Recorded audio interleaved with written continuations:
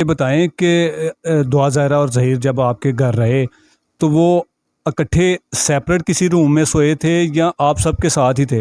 नहीं, वो separate room में सोए थे। ज़ाहिर सी बात है, शादी करके आए तो फिर वो उनको साथ रखना, तो वो ज़ाहिर सी बात है, शादी का ली तो फिर सेपरेट किस चीज़ से उन्हें रखते हैं, तो इसलिए उन्हें फिर जो है सेपरेट ही रखा हमने। जी खेल रहा था उसमें, मैंने 2-3 दफ़ा खेली, फिर आस्ता आस्ता हमारी उधर में बातें होने लगी, फिर आस्ता आस्ता हमारे जो रिलेशन ऐसा हो गया कि अब हम एक दूसरे के बगैर नहीं रह सकते। अच्छा, मुझे बताएं कि वो आपके घर ही क्यों आया था? वो सेफ होने के लिए आया था कि दुआ ज़ारा का बाप काफ़ी पैसे वाला है, तो वो काफ़ी उसकी जान के पीछे पड़ गया था। इन दोनों की जान को खतरा था? बहुत ज़्यादा खतरा था। कहा था रिश्ते के लिए ना कि दे दें, लेकिन किससे उन्होंने कहा था? दुआ ज़ारा के बाप को कहा था। ये तो किसने कहा था? ये खाला ने कहा था, उसकी मामा ने कहा था, यानी कि ज़हीर की मामा ने कहा था? ज़हीर की मामा ने कहा था कि हमें ये रिश्ता दे दें आप। उन्होंने कहा कि नहीं, मैंने नहीं देना। कुछ वजह क्या थी नहीं देने की? वही दौलत। यानी कि दुआ ज़हरा के जो वालिदैन हैं वो अमीर हैं और ये गरीब हैं, आप लोग ये जो तो उनसे ना। नॉर्मल ही है, मिडिल क्लास हैं। अस्सलाम वालेकुम, मैं हूं एडी मलक और आप देख रहे हैं एडी मलक ऑफिशियल।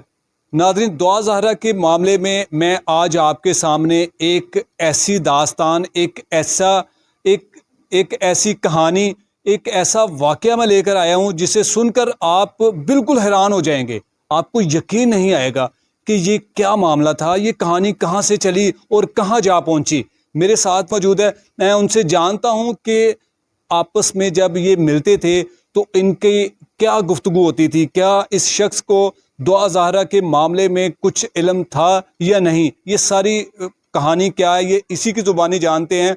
और मैं आपको वो भी बता देता हूँ, आगे कहानी में ज़रूर आपको वो मंज़र भी मैं दिखाऊंगा कि जहाँ दुआ ज़हरा और ज़हीर अहमद ने कुछ रातें गुजारी, वो कहाँ गुजारी ये भी मैं आपको मंजर दिखाऊंगा। लेकिन उससे पहले मैं आपको इनसे मुलाकात करवा के मामले में जो इन्हें इल्म है या जो कुछ ये जानते हैं, इनसे जानते हैं। अस्सलाम वालेकुम। वालेकुम सलाम। अच्छा, मुझे ये बताएं कि ज़हीर का जब आपसे मुलाकात होती थी तो क्या गुफ्तगू हुआ करती थी? स्टार्टिंग में तो हम खुशी गमी में मिलते रहते हैं, जो भी नॉर्मली कैजुअली जो कज़नों में होती हैं बातें, वैसी ही करते रहे हैं। लेकिन बाद में ये कोई साल डेढ़ सवा साल का कोई अरसा गुजरा है, तो मैं इससे बात कर रहा था, लेकिन इसका ना नंबर बिजी जा रहा था। बात करना चाह रहा था उस टाइम पे, बहुत ज़रूरी बात थी मेरी, पर जिदों मैं फ़ोन किया उन्हें फ़ोन नहीं अगो चुकिया। नंबर बिजी कंटिन्यूसली कोई 2 घंटे, मैं 2 घंटे ਨਾਲ गल करना चाहता रहा, बाकी नंबर बिजी नंबर बिजी। जब भी आप कॉल करते थे? जब भी कॉल करनी तकरीबन मैं 3-4 दिन इसको लगातार करता रहा, मुख्तलिफ टाइम बाद, तो इस नंबर बिजी, दूसरी लाइन पे मसरूफ़ है, दूसरी लाइन पे मसरूफ़ है। फिर मैंने इससे पूछा कि यार क्या मसला है, आपका नंबर क्यों मसरूफ़ रहता है, बंदे ने कोई ज़रूरी बात करनी होती है। पहले ये बता नहीं रहा था कुछ भी ऐसा कि ये वो, फिर कहता कि मेरी ना एक फ्रेंड बनी है, तो काफ़ी हमारा आपस में रिलेशन जो है क्लोज़ हो गया है। आपको बताया था उसने? तो उसने बताया था मुझे बाद में। तो फिर मैंने कहा कैसे बनी क्या, फिर उसने थोड़ा बताया कि गेम खेलता था, पबजी। कौन सी गेम? पबजी गेम खेलता था। आप भी खेलते थे? नहीं, मैं थोड़ी बहुत अब आके खेलनी स्टार्ट की है मैंने। तो तब उसने मुझे कहा कि मैं पबजी खेल रहा था, उसमें मैंने 2-3 दफ़ा खेली, फिर आस्ता आस्ता हमारी उधर में बातें होने लगी, फिर आस्ता आस्ता हमारे जो रिलेशन ऐसा हो गया कि अब हम एक दूसरे के बगैर नहीं रह सकते।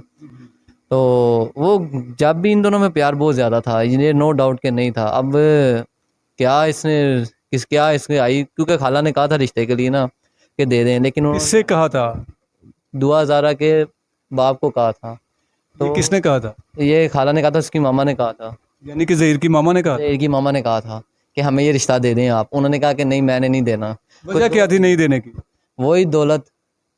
यानी कि दुआ ज़हरा के जो वालिदैन हैं वो अमीर हैं और ये गरीब हैं, आप लोग ये जो तो उनसे ना। नॉर्मल ही है, मिडिल क्लास हैं। वो ज़रा हाई क्लास में देख रहे थे। तो लेकिन इन दोनों में काफ़ी ज़्यादा प्यार था, नो डाउट कि आपस में कितनी कितने घंटों बात करते रहते थे। मिनटों में तो छोड़े, दिनों में पता नहीं कितने कितने घंटे बात करते थे ये। बस सोते ही थे मेरे ख्याल से। पहले इसका नंबर बिल्कुल फ्री जाता था, अब इसका नंबर फ्री होता ही नहीं है। तो फिर उसके बाद हमें तो टीवी से पता चला कि इसने निकाह कर लिया। अच्छा, आप मुझे ये बताएं कि ज़हीर ने कभी आपको बताया था कि हम जो उनसे ना वो भाग कर शादी कर लेंगे? उसने बताया कभी भी नहीं कि मैं भाग के शादी करनी है कुछ ऐसा।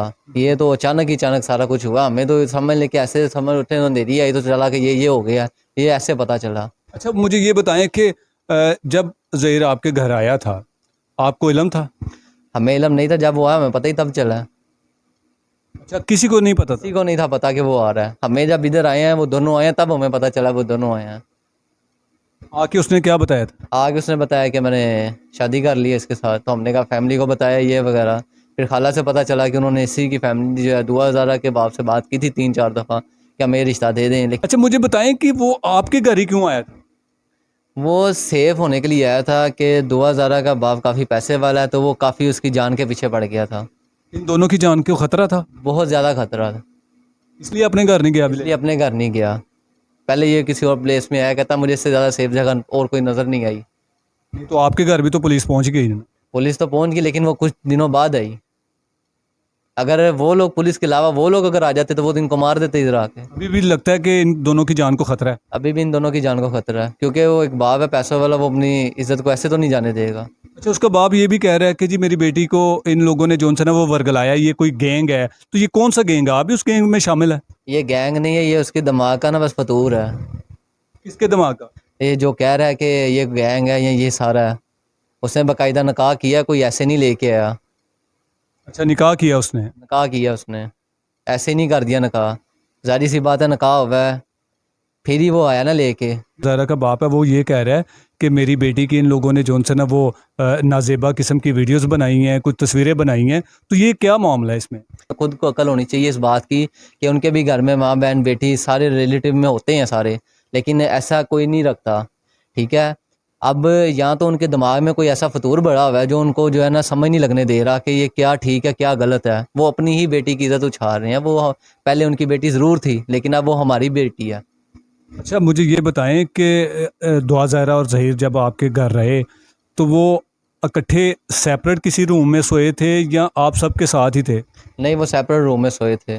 जाहिर सी बात है शादी करके आए तो फिर वो उनको साथ रखना, तो वो जाहिर सी बात है शादी कर ली तो फिर सेपरेट किस चीज़ से उन्हें रखते हैं, तो इसलिए उन्हें फिर जो है सेपरेट ही रखा हमने। अच्छा, वो सेपरेट रहे थे। दोनों दोनों सेपरेट ही रहे। कल अदालत में फ़ैसला है और गुज़श्ता रोज़ भी अदालत ने जोन से ना वो जब इन्हें पेश किया था, जब आपके घर से उन्हें बरामद किया था, बाजियाब करवाया था, तो जज साहब ने तफ्तीशी जो पुलिस है उसको ये अहकाम जारी किए थे कि इसका मेडिकल करवा के और फिर इसको अदालत में पेश किया जाए। तो आप मुझे बताएं कि अगर मेडिकल में कुछ ऐसी वैसी चीज़ आ जाती है तो फिर उसके बाद तो बड़ा मुश्किल हो जाएगा।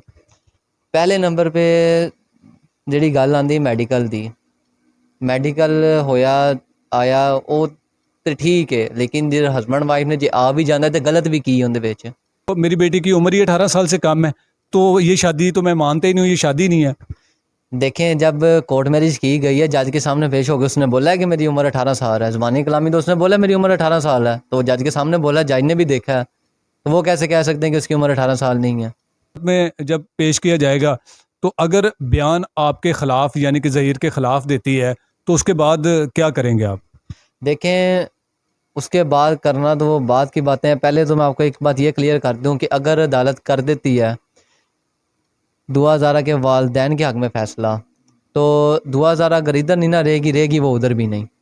वो किस तरीके से नहीं रहेगी, ज़ाहिर सी बात है एक पैसे वाला बाप है, वो कभी ये बर्दाश्त नहीं करेगा कि उसकी इतनी ज़्यादा इज़्ज़त उछाली गई।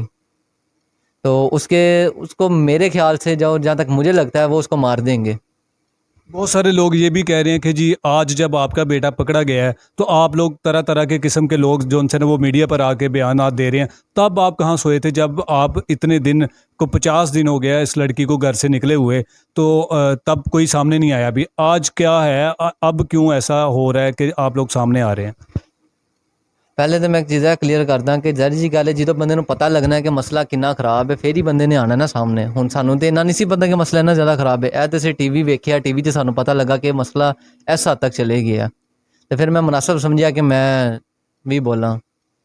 तो वजह यही है कि मैं इस करके सामने आया कि पहले तो सानूं पता ही नहीं सी कि मसला इन्ना खराब है। सानूं तो ऐसी कि चलो उन्होंने शादी कर ली तो आपस में सुलह सुलही हो गई होनी है। क्या होना चाहिए? दुआ ज़ाहरा को और ज़हीर को आपस में इनको जो उनसे ना वो फ़ैसला दे देना चाहिए या दुआ ज़ाहरा के वालिद है उसको अपनी बेटी की खुशी को तस्लीम करना चाहिए? देखें, इन दोनों को इकट्ठे कर देना चाहिए, जैसे ये इकट्ठे हैं इनको इकट्ठे रहना चाहिए। और उस दुआ हज़ारा के बाप को चाहिए कि कम से कम थोड़ी सी शर्म करके तो वो इन दोनों को इकट्ठा कर दे, इनकी खुशी में खुश रहे। ज़ाहिर सी बात है वालदैन की खुशी अपनी औलाद में होती है, तो उस यही सोच के चुप कर जाए, इज़्ज़त और मज़ीद ना उछाले तो ज़्यादा बेहतर है, क्योंकि जितनी उछालेगा अपना घर ही ख़राब होता है। जी बिल्कुल, ये कुछ मनाज़र, ये कुछ गुफ्तगू थी जो मुझे इन लोगों ने मेरे साथ शेयर की और ये अपना बयान जो उनसे ना वो आप सब तक पहुंचाना चाहते थे कि इनके घर में क्या क्या कुछ हुआ, किस तरह से वो आए और इसकी ज़हीर के साथ क्या गुफ्तगू होती थी, कितना इसको इल्म था दुआ ज़हरा और ज़हीर के इश्क का, इन्हें कब पता चला। और आखिरकार इन लोगों ने भी यही अपील की है, यही मुतालबा किया है कि दुआ ज़हरा के वालिद को चाहिए कि अपने बच्चों की खुशी को तस्लीम कर लेना चाहिए, अपनी अना को ख़त्म कर देना चाहिए।